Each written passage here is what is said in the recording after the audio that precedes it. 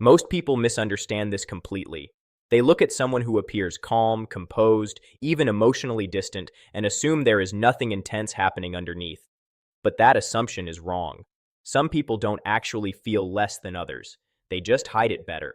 They contain more than they show. They hold everything in so tightly that it slowly builds internal pressure over time. And when that pressure finally needs somewhere to go, it doesn't always come out in the form of honest conversations, emotional openness, or verbal reassurance. More often than not, it escapes in a different way entirely. It shows up as strong chemistry, magnetic pull, and an almost physical intensity that feels impossible to ignore. This is where people start getting caught, because what feels deep in the moment is not always something stable. What feels powerful is not automatically safe. And what feels like a real connection at its peak can still turn into distance right after. If you really pay attention to this, it changes how you interpret mixed signals forever. You begin to understand why the attraction feels so overwhelming, why it feels so personal, and why so many people end up losing themselves trying to turn a temporary emotional high into something lasting and secure. At the core of this pattern is something simple but important. Emotions don't disappear when they are pushed down. They don't dissolve just because someone avoids them. They get stored, they get compressed, they build internal tension. People with avoidant tendencies often learn early in life that showing too much emotion is not safe. Maybe it led to rejection. Maybe it brought criticism or shame. Maybe it created disappointment or conflict. So over time, they adapt by becoming controlled. They learn to stay composed. They become the person who handles everything, who doesn't need much, who seems steady, independent, and emotionally self-contained. But that sense of control comes with an invisible cost, because emotions that are not processed don't vanish. They accumulate quietly in the background. Desire builds up, longing builds up, tender feelings, frustration, sadness, even grief. They all sit there, unexpressed, sometimes for a long time. Eventually, all of that stored emotional energy looks for release. It wants expression, movement, relief. But that release doesn't always come through emotional vulnerability or deep conversations. For many people with this pattern, it finds the one outlet that feels less threatening: physical intimacy. Not because it is fake, and not because it is meaningless, but because it feels contained. It has structure. It has a beginning and an end. It doesn't require endless explanation or ongoing emotional exposure. And for someone who struggles with being emotionally seen, that can feel far safer than full vulnerability in everyday life. This is why the intensity can feel so surprising. In those moments of physical closeness, a side of them appears that is usually hidden. The passion, the focus, the longing, sometimes even a softness they rarely show elsewhere, all of it comes forward at once. And if you are the person receiving that energy, it can feel unforgettable. It can feel like you are finally seeing the real version of them. It can feel deep, rare, and almost overwhelming in its emotional weight. But this is where the misunderstanding begins. Intensity is not the same as emotional availability. A person can be completely present in a moment of physical or emotional connection and still not be able to maintain that openness once the moment passes. They can show warmth and connection in bursts, but struggle to carry that same emotional consistency into daily life. They can offer fire in short moments, yet still withdraw when real emotional continuity is required. And that is where confusion starts, because the body interprets intensity as meaning. The heart interprets it as promise. The mind builds a story around it. So when the withdrawal happens, people don't think the moment had limits. Instead, they start turning inward, wondering what they did wrong, what they should have said differently, or how they can earn that version of the person back again. If you look deeper, it becomes easier to understand why physical intimacy feels safer for them than emotional intimacy. Emotional closeness is unpredictable. It is open-ended. It requires honesty, emotional language, vulnerability, and the willingness to sit in uncertainty. It exposes needs, fears, and internal wounds without a clear endpoint. That kind of connection doesn't feel contained. It can stretch, deepen, and evolve in ways that feel overwhelming for someone who is used to controlling their emotional exposure. Physical intimacy, on the other hand, can feel more defined. It exists in the present moment. It doesn't always require explanation or emotional disclosure beyond a certain point. It allows closeness with limits, vulnerability with boundaries, connection without full emotional surrender, and control plays a huge role here. For someone with avoidant patterns, control often equals safety. If they can manage when things start, how deep they go, and when they end, they can experience closeness without feeling consumed by it. So in these moments, they may actually appear more engaged than people who are verbally expressive all the time. But that is not the same thing as emotional openness. Being present in a moment is not the same as being consistently available across time. This is where the cycle becomes visible once you understand it. From a distance, space creates comfort for them.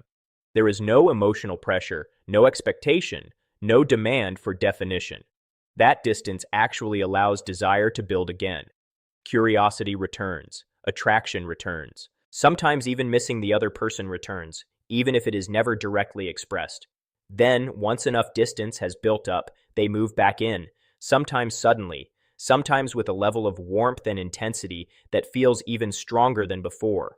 They reconnect, they lean in, and very often the fastest way to bridge that gap again is through physical closeness. So the connection surges, the chemistry feels powerful, the moment feels meaningful. But right after that peak, something shifts again internally. Closeness begins to feel risky. Emotional expectations start to feel close. The possibility of dependency starts to feel real. And so the withdrawal begins.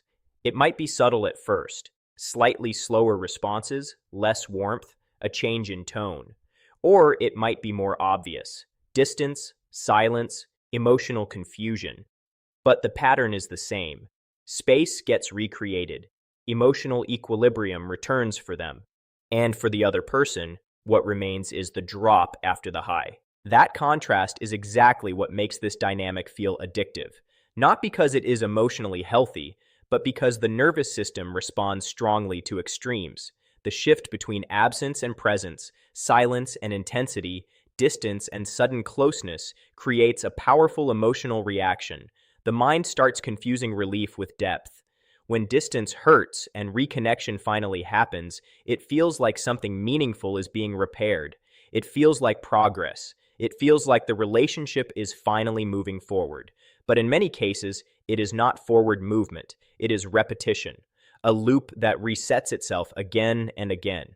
Distance creates tension. Reconnection releases it. The release feels like passion. Then the tension returns. And over time, people stop measuring the relationship by its consistency and start measuring it by how strong the emotional peaks feel. That is where things become dangerous. Because real connection is not defined by how intense the highs are. It is defined by what remains steady when nothing dramatic is happening.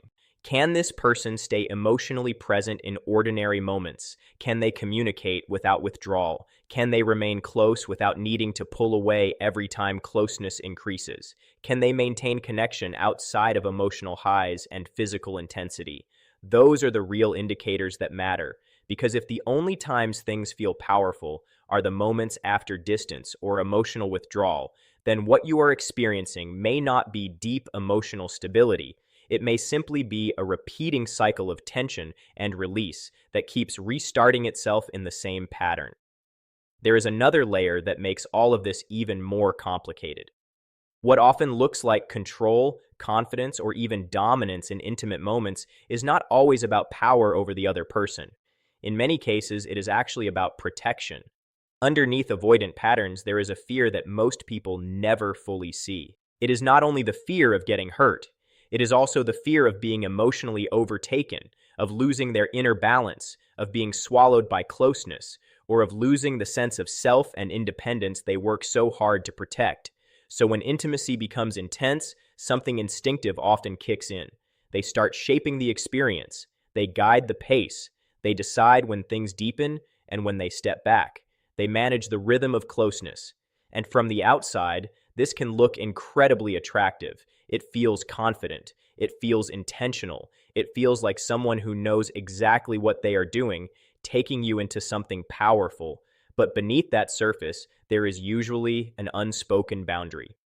Closeness is allowed, but only up to the point where it does not overwhelm them, only within limits that keep their emotional system from feeling exposed or out of control. That is why the experience can feel deeply intense and yet still feel slightly unbalanced at the same time. Because while the physical moment may feel shared, the emotional exposure is often not equal.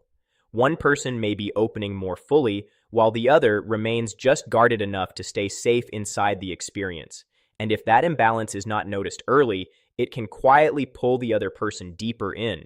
You may start thinking that if you match the intensity, if you give more, if you lean in further, then eventually the emotional depth will balance itself out.